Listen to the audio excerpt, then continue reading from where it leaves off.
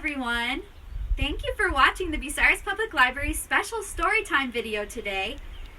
We miss seeing you at the library and we hope you're doing well. Today we are welcoming a special guest. Who is it? The Easter Bunny! Today I will be reading a story called The Bunny Who Found Easter.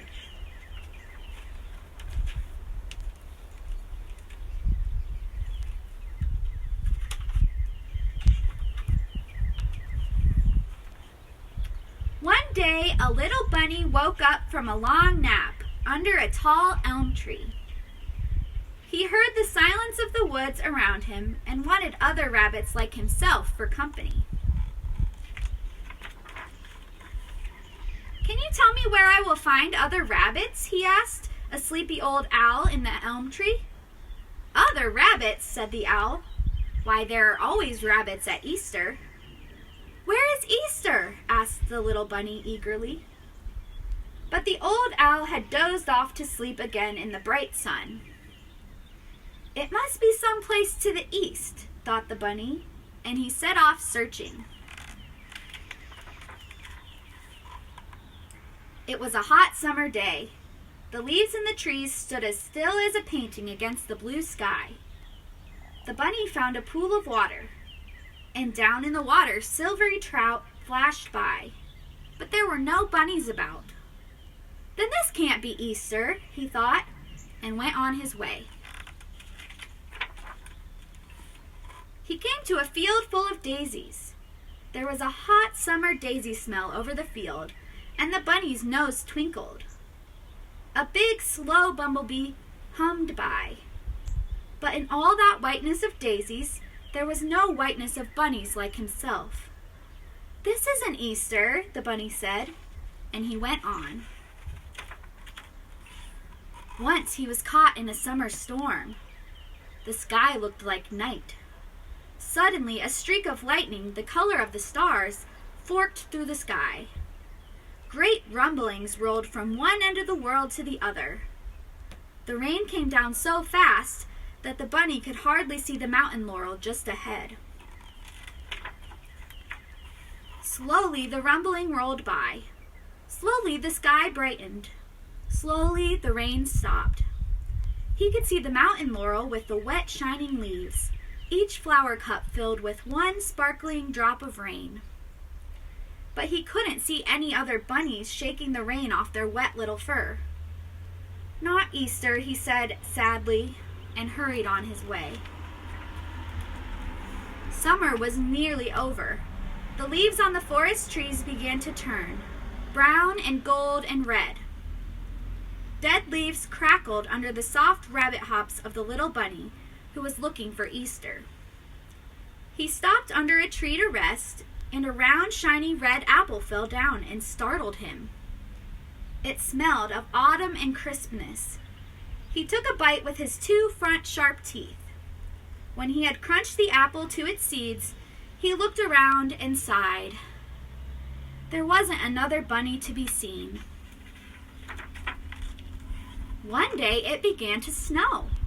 Soft white flakes drifted down from the sky, and the air was sharp and cold and still.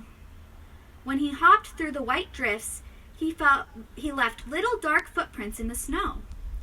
But no matter which way he hopped, his footprints never crossed other bunny footprints. The little bunny was alone in a world without rabbits.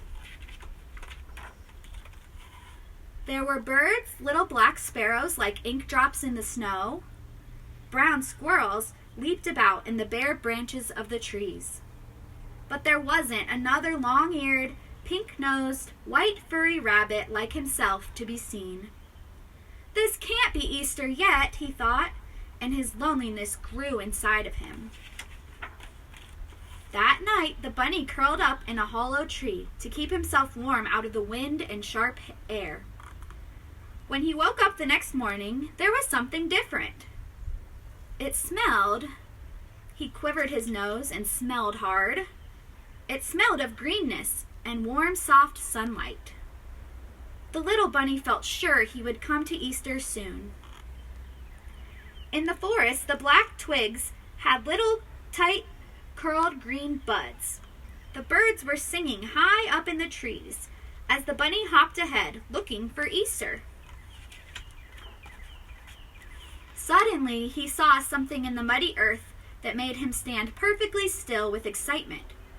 Crossing in front of him and going into the woods where he had never been were little rabbit paw prints on the ground. He followed the paw prints very carefully down a hidden path. There, in a clearing, he saw someone small and furry resting on a mossy bank. It was another bunny. She had brown fur. She had long ears like himself and eager bright eyes like himself. The little bunny was so happy to find her, he completely forgot about Easter. Hopping back through the forest with her, he showed her all the places he had seen on his search.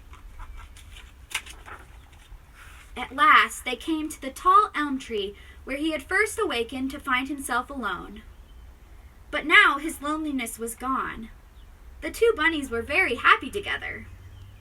Soon they had a whole family of little rabbits, tiny, soft, sleepy things with long, sweet ears and small, wet noses. The bunny's heart throbbed with happiness at this wonderful, earth-smelling, sunlit, bunny-filled world. "Aha!" said the old owl when he saw the bunny's family. "Didn't I tell you so? At Easter time, there are always rabbits." The bunny felt his little bunnies around him, and the earth blooming beyond them, and all things growing. And he understood at last that Easter was not a place after all, but a time when everything lovely begins once again. The end. Thank you for watching. Happy Easter! You can find more stories on the Bucyrus Public Library YouTube channel. We hope to see you back at the library soon. Bye!